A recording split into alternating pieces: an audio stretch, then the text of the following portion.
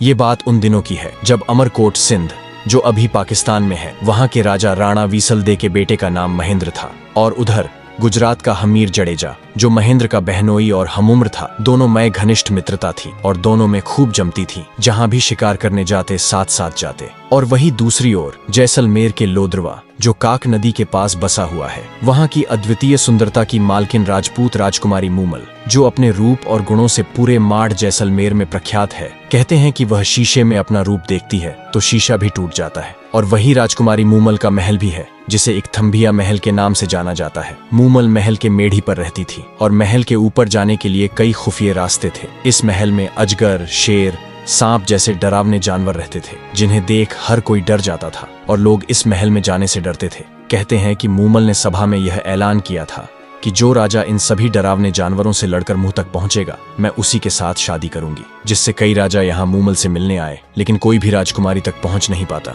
वहीं अगर पहुंच जाता भी तो फिर वह राजकुमारी को पसंद नहीं आता। इसी के चलते एक दिन राजा महेंद्र अपने साले हमीर के साथ शिकार पर निकले और दोनों शिकार का पीछा करते करते दूर राज्य जैसलमेर के लोद्रवा गांव की काक नदी के पास आ पहुंचे और उनका शिकार अपनी जान बचाकर काक नदी में कूद गया। फिर दोनों ने शिकार को छोड़ इधर उधर नजर दौड़ाई तो उन्होंने देखा कि वो बहुत दूर आ गए हैं और उन्हें दूर दूर तक रेगिस्तान में कुछ नजर नहीं आ रहा था और वो बहुत थक भी गए थे। आराम करने के लिए उन्होंने नदी के आसपास आराम करने की जगह ढूंढी। फिर उन्हें नदी से थोड़ी दूर रेगिस्तान में एक सुंदर बगीचा और उसमें बनी एक 2 मंजिली झरोखेदार मेढ़ी नजर आई। इस सुनसान स्थान में इतना सुहावना स्थान देख दोनों की प्रसन्न हो गए और उन्होंने अपने घोड़े नदी में उतार दोनों ने नदी पार कर बागीचे में प्रवेश किया। इस वीरानी जगह पर इतना सुंदर बाग देख दोनों आश्चर्यचकित थे। उन्होंने पहले ऐसी जगह नहीं देखी थी। इतने में उनकी आवाजें सुन मेढ़ी में अपनी सहेलियों के साथ बैठी मूमल ने झरोखे से नीचे झांक कर देखा तो 2 खूबसूरत नौजवान अपना पसीना सुखाते दिखाई दिए। मूमल ने ये देख तुरंत अपनी सहेली को बुलाया और कहा, तुम नीचे जाओ और उन सरदारों को अंदर बुलाओ, शायद रास्ता भूल गए हैं, इनकी अच्छी खातिरदारी करो। दोनों किसी अच्छे राजपूत घर के लगते हैं।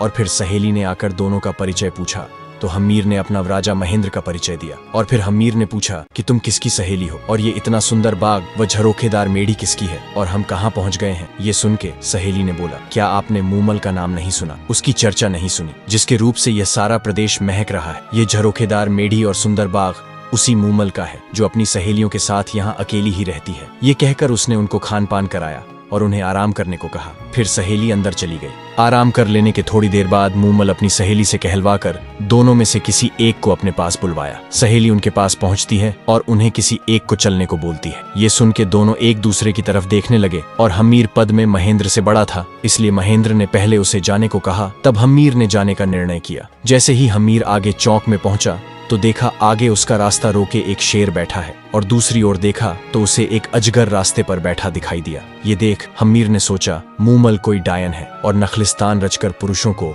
अपने जाल में फंसा मार देती होगी। और वो डर के मारे वह तुरंत उल्टे पांव वापस चौक से निकल आया और बाहर आकर महेंद्र को बताने लगा। इतने में मूमल की सहेली आ गई और महेंद्र से कहने लगी, आप आइए, मूमल आपका इंतजार कर रही है। महेंद्र ने हाथ में भाला लिया और सहेली के साथ चलना शुरू किया। सहेली ने उसे भी हमीर की तरह चौक में छोड़ दिया। महेंद्र को भी चौक में रास्ता रोके शेर बैठा नजर आया। ये देख उसने तुरंत अपना भाला लिया और शेर पर पूरे जोर से प्रहार कर दिया। शेर जमीन पर लुढ़क गया और उसकी चमड़ी में भरा भूसा बाहर निकल आया। महेंद्र यह देख मन ही मन मुस्कुराया कि मूमल उसकी परीक्षा ले रही है। तभी उसे आगे अजगर बैठा दिखाई दिया। महेंद्र ने उस नकली अजगर के भी अपनी तलवार के प्रहार से टुकड़े टुकड़े कर दिए। अगले चौक में महेंद्र को पानी भरा नजर आया। महेंद्र ने पानी की गहराई नापने हेतु जैसे पानी में भाला डाला तो थक की आवाज आई। महेंद्र समझ गया कि जिसे वह पानी समझ रहा है वह कांच का फर्श है। कांच का फर्श पार कर सीढ़ियां चढ़कर महेंद्र मूमल की मेढ़ी में प्रविष्ट हुआ और आगे मूमल खड़ी थी। जब महेंद्र ने मूमल को देखा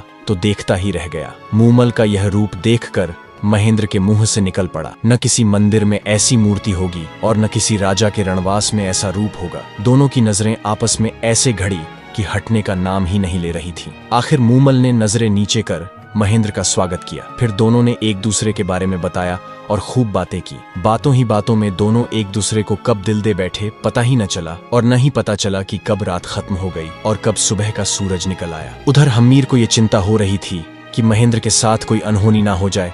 ये सोचकर नींद ही नहीं आई। सुबह होते ही हमीर ने दरबारी के साथ संदेशा भेज महेंद्र को बुलवाया और चलने को कहा। महेंद्र का मूमल को छोड़कर वापस चलने का मन तो नहीं था, पर मूमल से यह कहा, मैं फिर आऊंगा मूमल, बार बार आकर तुमसे मिलूंगा। ये कहकर दोनों वहां से चल दिए। हमीर गुजरात अपने वतन रवाना हुआ और महेंद्र अपने राज्य अमरकोट। मूमल से वापस आकर मिलने का वायदा कर महेंद्र अमरकोट के लिए रवाना तो हो गया, पर पूरे रास्ते उसे मूमल के अलावा कुछ और दिखाई ही नहीं दे रहा था। वह तो सिर्फ मूमल के सपनों में खोया चला जा रहा था। महेंद्र अमरकोट पहुंचा और वहां उसका दिन तो किसी तरह कट जाता, पर शाम होते ही उसे मूमल ही मूमल नजर आने लगती। वह जितना अपने मन को समझाने की कोशिश करता, उतनी ही मूमल की यादें और बढ़ जाती। वह तो यही सोचता कि कैसे लोद्रवा पहुंचकर मूमल से मिला जाए। आखिर उसे सूझा कि अपने ऊंटों के टोले में एक ऐसा ऊंट खोजा जाए जो रातों रात लोद्रवा जाकर सुबह होते ही वापस अमरकोट आ सके। उसने अपने रायका रामू, जो उनके ऊंट चराता था,